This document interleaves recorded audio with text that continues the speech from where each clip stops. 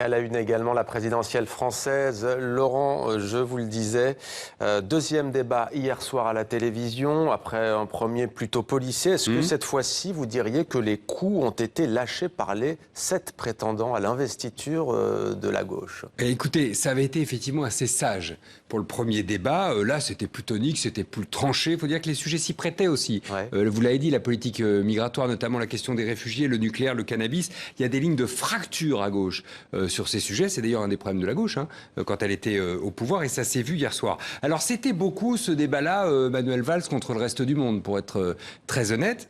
Mais du coup, ça lui a permis de faire entendre sa différence. On a retrouvé à Manuel Valls pugnace assez iconoclaste.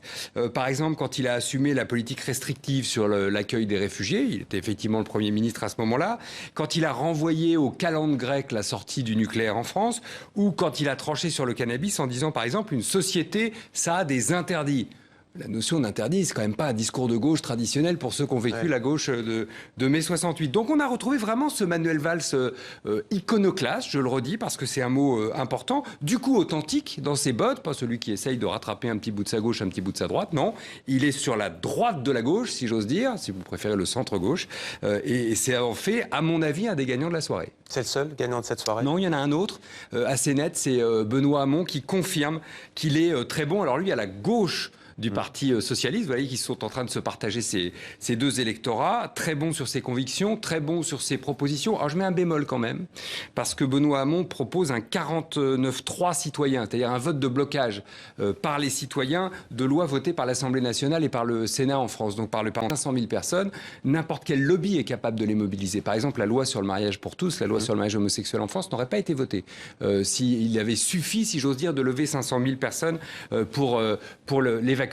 Bon, mais à part ça, Benoît Hamon, il a bossé, il a travaillé, ça se voit, il a grandi aussi, ça se sent, et du coup, ça retire un peu d'oxygène à Arnaud Montebourg, qui est exactement sur la même ligne que lui, même si c'est un peu décalé du coup, qui pour moi a toujours du mal à trouver ses marques dans la primaire. Et puis si j'ai encore un moment, je voudrais donner une palme particulière, une palme d'honneur, si j'ose dire, à François de Rugy.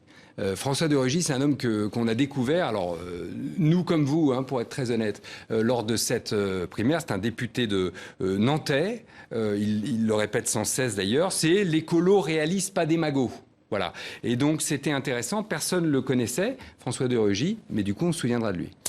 Tout cela n'a pas passionné, en tout cas, le président de la République, Laurent. Il n'a pas regardé le débat. Non. Le président, il revenait du Mali, il a passé un coup de fil à son ami Michel Drucker, l'animateur de télévision qui est sur scène en ce moment à Paris. Il lui a dit « J'arrive ce soir, je viendrai voir ton spectacle ce soir, pile à l'heure de la primaire. » Bon. C'est un message pas terrible, franchement, adressé aux socialistes. Au moment où on dit beaucoup que François Hollande, il est à 2 doigts de soutenir Emmanuel Macron, c'était toute la rumeur du week-end. Il prouve en tout cas qu'il ne fait rien du tout pour soutenir les siens. Voilà donc pour ce décryptage. Merci beaucoup Laurent Bazin. Prochain débat jeudi, donc dans 3 jours, le 3e et le dernier, puisqu'on le rappelle, le premier tour de ce scrutin, ce sera dimanche. On vous retrouve donc jeudi avant le débat et le lendemain pour décrypter.